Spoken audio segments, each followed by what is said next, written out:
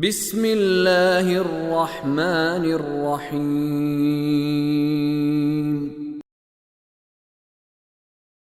ألم تر أن الله أنزل من السماء ماء فأخرجنا به ثمرات مختلفا ألوانها ومن الجبال جدد بيض وحمر مختلف ألوانها وغرابيب سود. توجہ فرمائیے، کیا تم نے نہیں دیکھا کہ اللہ نے آسمان سے پانی برسایا، پھر ہم نے اس سے مختلف رنگوں کے پھل نکالے اور پہاڑوں میں مختلف رنگوں کی سفید سرخ گھاٹیاں پائی جاتی ہیں اور کچھ گہری سیاہ بھی ہیں. خدا کیا فرمانا چاہ رہا ہے کہ جو زمین میں پانی گرتا ہے اس کا بھی ایک ہی کلر ہوتا ہے، اور اگر آج کے ہم اس میں دیکھیں تو یہ جتنی بھی چیزیں بنی ہوئی ہیں ان کی الیکٹران، پروٹون، نیوٹرون، یہ چیزیں ان کا کیا کلر ہے، لیکن جب یہ اپنے ارینجمنٹ کر کے رنگ دکھاتے ہیں تو بعض رنگوں کو دیکھ کر انسان کی حیرت گم ہو جاتی ہے، آنکھ ہی نہیں ہٹا پاتا، اتنی خوبصورت کمبینیشنز کلرز کی اس کو نظر آتی ہے. آپ کبھی دیکھیں جب گرد و غبار والے ایام کچھ گزارے ہوں، پھر اچانک بارش ہوتی ہے، اگر آپ کسی ایسی جگہ پہ ہو جہاں پر باغات اور یا کوئی فصل تیار کھڑی ہوتی ہے سبز، تو آپ اس کے کلر کو دیکھیں وہ کیا آپ کی آنکھوں کو لذت دیتا ہے. جب وہ تازہ واش ہوتا ہے بارش کے پانی سے، پہلے بھی اس کا کلر ہوتا ہے لیکن اس پہ ڈسٹ وغیرہ جب وہ ہوا سے صاف ہو جاتی ہے، ایک خاص لذت. تو رنگ تو چلو اپنی جگہ، آپ کو لذت کیوں آ رہی ہے؟ آپ کو کس نے سکھایا ہے کہ اس سے لذت آنی ہے؟ نہ آپ کے اختیار میں. آپ کے اختیار میں ہوتا تو آپ ہر رنگ سے لذت لے لیتے، لیکن کوئی چیز آپ دیکھتے ہیں آٹومیٹیکلی آپ کو بری لگتی ہے، کوئی چیز آپ دیکھتے ہیں آٹومیٹیکلی آپ کو اچھی لگتی ہے. یہ آٹومیٹیکلی اصل میں اللہ ہے، کچھ بھی آٹومیٹک نہیں ہے. توجہ کر رہے ہیں؟ یہ کہاں سے آتا ہے یہ یاد رکھیے. جو اس بات پر اربوں بلینز آف ڈالرز خرچ کر کے تجربات لوگ کر رہے ہیں، آپ کو مجھ سے بہتر پتا ہوگا کہ یہ کائنات بنی کیسے، کیونکہ وہ اس جگہ پہنچے ہیں کہ یہ جذبات محبت کے، یہ پھول کا اچھا لگنا، یہ کھانے کا ٹیسٹی لگنا، یہ فلان لگنا،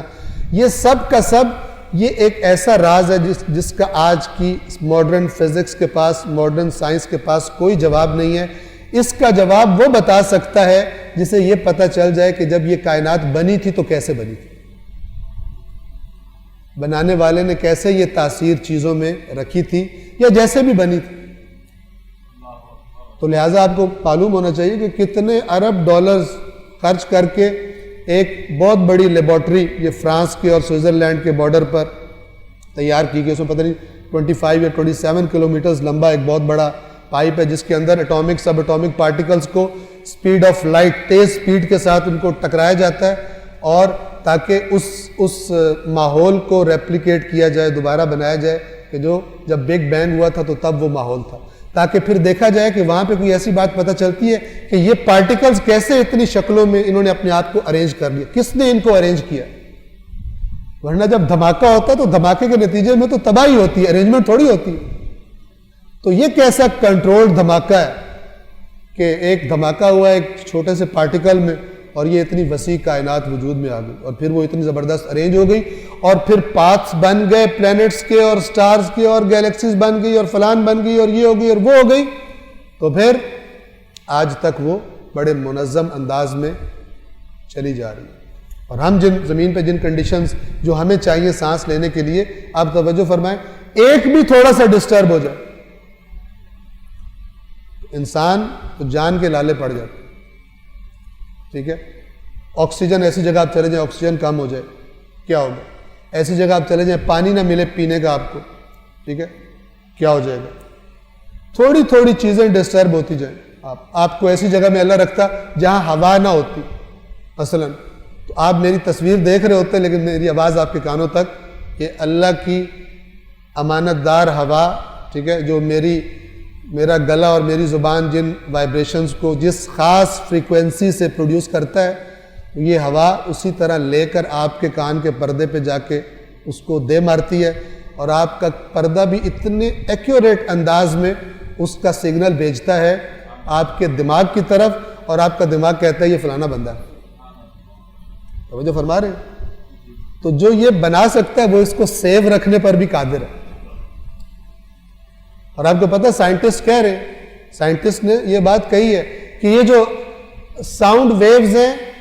یہ مرتی نہیں ہے، یہ نابود نہیں ہوتی، ویک ہوتی جاتی ہے۔ مثلا آپ ایک بالکل سٹیگننٹ، بالکل آرام سے سکون سے جو پانی کسی تالاب میں کھڑا ہے، آپ اس میں ایک پتھر مارو تو ویوز بننا شروع ہوں گی، وہ جو ان کا سینٹر ہوگا وہاں پہ ان کی انٹینسٹی جو ہے وہ سب سے زیادہ ہوگی، لیکن جیسے جیسے اپنے سینٹر سے سفر کرتی جائیں گی وہ ویک ہوتی جائیں گی۔ اور پھر انسانی آنکھ کی تشخیص ایک جگہ پہ ایسی ہوتی ہے کہ یہ ختم ہو گئی ہے، لیکن جو سائنٹسٹ ہے وہ کہتا ہے ختم نہیں ہوئی، ابھی بھی اس کا اثر بیچ میں باقی ہے۔ خیر یہ داستان لمبی ہے، وہ قرآن کہتا ہے کہ سارے سمندر سیاہی بن جائیں اور سارے درخت قلم بن جائیں اس زمانے کی زبان میں، تو بھی میرے اللہ کی باتیں ختم نہیں ہوں گی، اگرچہ ان جیسے اور بھی آ جائیں۔ تو یہ تو آپ ایک ایک چیز کو ڈسکس کریں تو آپ کو پورا ڈپارٹمنٹ چاہیے، آپ کو پورا، مطلب یہ ساؤنڈ ہی کیا چیز ہے، ساؤنڈز پر پتہ نہیں کیا ہوتی ہے، پچ ہوتی ہے اور فریکوینسی ہوتی ہے اور فلان ہوتی ہے اور پتہ نہیں کیا کیا ہوتا ہے، یہ سب کچھ ایک الگ، ہر ایک چیز کا الگ الگ ڈپارٹمنٹ ہے، لیکن یہ ہے کتنا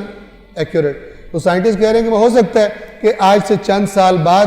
آپ پرانے زمانے کی تصاویر بھی دیکھ سکیں اسی دنیا میں اور پرانے زمانے کی آوازیں بھی سن سکیں، اور بعید نہیں ہے کہ آپ کے ہاتھ میں کوئی ایسا گیجٹ ہو یا ایسا کوئی کنٹرول ہو، یا وہ کنٹرول بھی ابھی ہم چونکہ کم پڑے ہوئے ہیں، آج کی دنیا بہت پیچھے ہے، کچھ سالوں کے بعد کچھ بھی نہ آپ کو کرنا پڑے اور آپ صرف اپنے مثلا دماغ میں سوچیں۔ دماغ آپ کو پتہ ہے ابھی وہ میں کلپ دیکھ رہا تھا، اس میں کوئی کسی یونیورسٹی کے اسٹوڈنٹ نے، اب اس نے پتہ نہیں کیا بنایا کہ وہ اپنے صرف دماغ سے گوگل سرچ کرتا ہے، مطلب وہ کمانڈ نہیں دیتا کمپیوٹر کوئی، صرف سوچتا ہے اور اپنے اس برین سگنل سے وہ یعنی سرچ کر سکتا ہے۔ تو کل کو آپ کے پاس کوئی ایسی چیز ہو کہ آپ اپنے صرف دماغ کو کہیں اور ایسا سیٹ اپ بن چکا ہو کہ آپ کہیں مجھے 1400 سال پہلے کے مناظر دیکھنے ہیں، مجھے مثلا غدیر دیکھنا ہے، مجھے مثلا کربلا دیکھنی ہے، تو پھر جھوٹے خود بخود ختم ہو جائیں گے، نمک مرچ لگانے والے خود بخود رسوا ہو جائیں گے، ٹھیک ہے۔ اور جیسے اللہ قیامت کے بارے میں کہتا ہے ھذا یوم ینفع الصادقین صدقہم،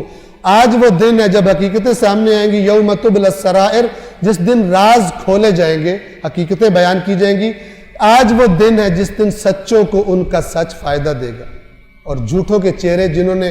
وَتَرَى الَّذِينَ وَيَوْمَ الْقِيَامَةِ تَرَى الَّذِينَ كَذَبُوا عَلَى اللَّهِ وُجُوهُهُمْ مُسْوَدَّةٌ، اور تو دیکھے گا کہ قیامت کے دن جنہوں نے خدا پہ جھوٹ باندھے ہوں گے ان کے چہرے سیاہ ہوں گے۔ تو اس کے جیسے پہلے لوگوں کو ریکارڈنگ سمجھ نہیں آتی تھی، آج ریکارڈنگ ہمیں سمجھ میں آتی ہے۔ رسول اللہ کے زمانے میں لوگ مذاق اڑاتے تھے، بھلا جو میں نے چھپ کے کیا ہے وہ یہ کہہ رہا ہے کہ وہ اس کے اللہ نے محفوظ کر لی۔ آج کوئی نہیں ہنستا، اس وقت ہنستے تھے، آج کوئی نہیں ہنستا،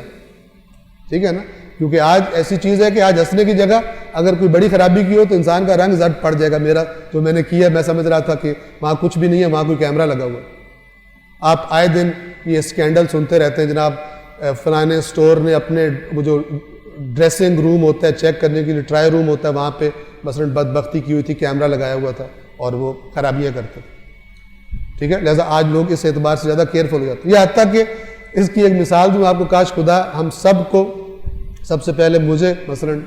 اس میں شامل کر دے کہ یہ لوگ شادی میں کھانا کھا رہے ہوتے ہیں نا، بعض آپ یہاں پہ تو انشاءاللہ مہذب ہے، ہم دیہاتوں وغیرہ میں وہاں پہ ایسے دھڑا دھڑ پلیٹیں بھر کے کھا رہے ہوتے ہیں، پھر اچانک دیکھتے ہیں کہ کیمرہ مین میری طرف آ رہا ہے تو بالکل آرام سے بیٹھ جاتے ہیں اور نوالا بھی چھوٹا کر لیتے ہیں اور دیکھتے ہیں کہ جب تک جو ہے نا وہ کیمرہ ان کے چہرے پر ہے تب تک بڑے مہذب طریقے سے کھاتے ہیں، جیسے ہی کیمرہ ہٹتا ہے تو پھر وہی گھوڑی اور وہی گھوڑی کا میدان اسی طرح سر پٹ دوڑنا شروع ہو جاتا ہے۔